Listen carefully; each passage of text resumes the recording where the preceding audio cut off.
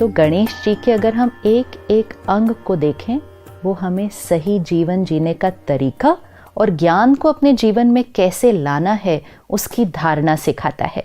सबसे पहली चीज़ जो सर है, मस्तिष्क, वो बहुत बड़ा, मतलब विजडम एंड विशाल बुद्धि। फिर दूसरी चीज़ जो आंखें हैं वो बहुत छोटी, सर इतना बड़ा, आंखें इतनी छोटी। तो जो वाइज होगा, जो वाइज इंटेलेक्ट होगा, वो दूरादेशी होगा। जब हम कोई चीज़ दूर देखते हैं तो हमारी आंखें छोटी हो जाती हैं।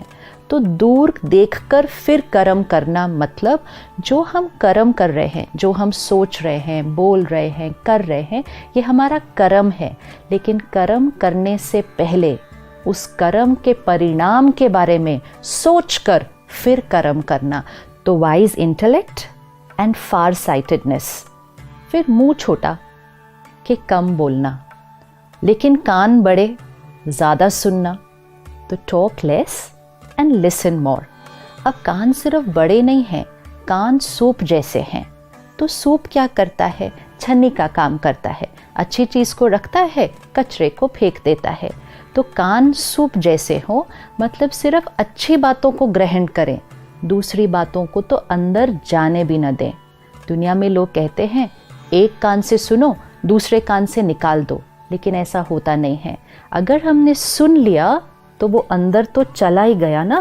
तो अगर एक कान से सुना, दूसरे कान से निकाला, लेकिन बीच में ये आती है बुद्धि और यहाँ उसकी बात की छाप लग जाती है, तो सुनना ही नहीं है।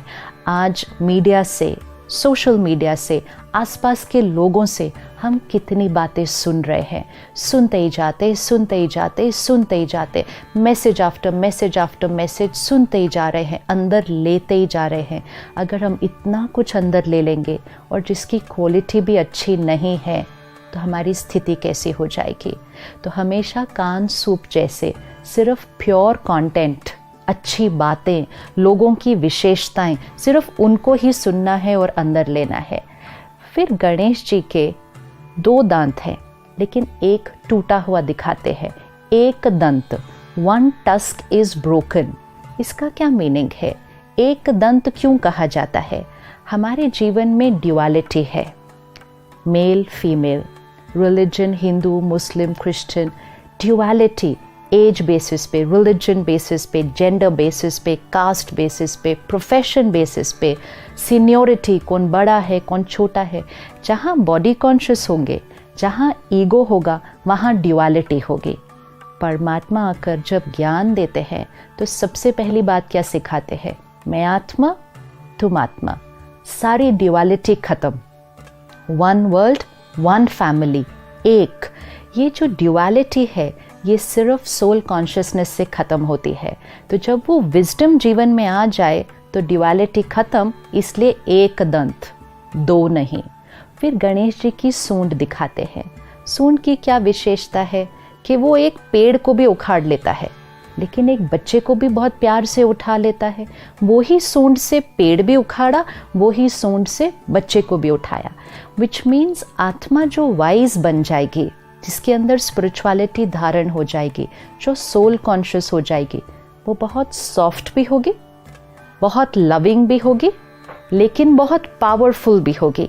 कई बार हमारे अंदर एक भ्रांति आती है कि स्पिरिचुअलिटी मतलब हम बहुत वीक हो जाएंगे, पॉजिटिविटी मतलब दुनिया हम पर ट्रैम्पल करके आगे बढ़ जाएगी। अगर हम बहुत सीधे होंगे, सादे होंगे, तो लोग हमें धोखा दे देंगे। But that's not true. Spirituality means the perfect balance of soft but powerful, love and law. ये दोनों का बैलेंस वो सूंड दिखाता है। फिर गणेश जी देवता हैं, लेकिन उनका पेट इतना बड़ा दिखाते हैं। बाकी सभी देवी देवताओं के जो शरीर है वो परफेक्ट दिखाते हैं, कंचन काया, लेकिन गणेश जी का पेट इतना बड़ा दिखाते हैं। जो वाइज आत्मा है वो हर बात को अपने पेट में समा लेती है।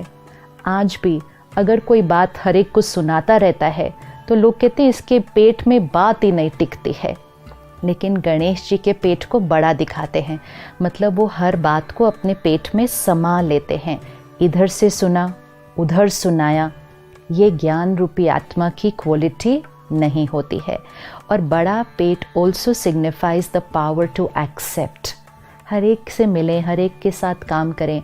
हर एक के संस्कार अलग अलग हैं, लेकिन हर एक को एक्सेप्ट करते जाएं, एक्सेप्ट करते जाएं, एक्सेप्ट करते जाएं, तो पेट बड़ा